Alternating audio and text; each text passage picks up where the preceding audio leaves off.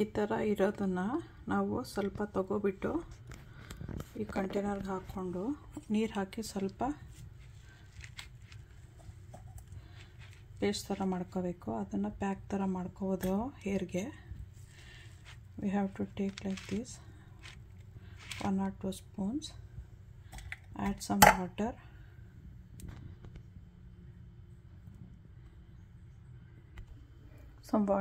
Then grind it to a paste.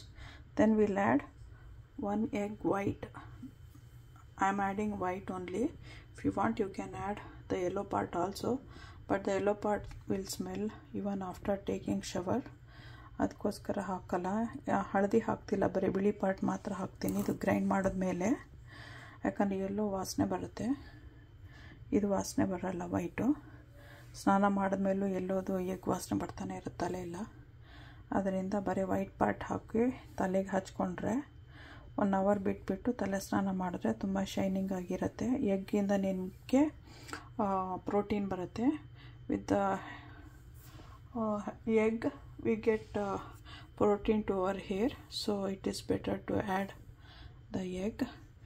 If people who are okay to have the egg smell, they can add the yellow part also. After grinding it will be like this. Now I will be adding egg, but not in the same container. I am using a different container.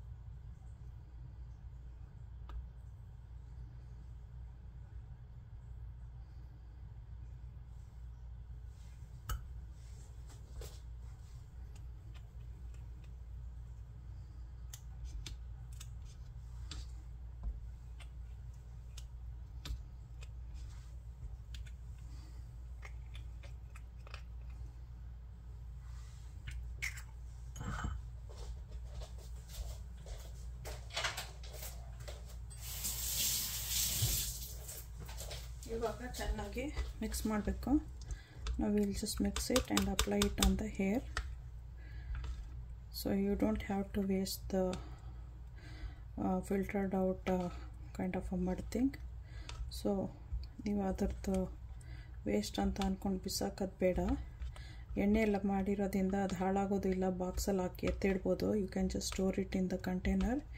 It will because it's been like kind of roasted fried in oil, so it won't get spoiled. ಹಾಳಾಗಲ್ಲ.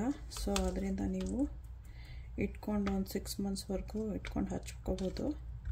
ಹೇರ್ಗೆ ಚೆನ್ನಾಗಿ beet ಮಾಡಿಬಿಟ್ಟು ಇದನ್ನು ಹಚ್ಕೊಂಡ್ರೆ protein ಸಿಕ್ಕತ್ತೆ.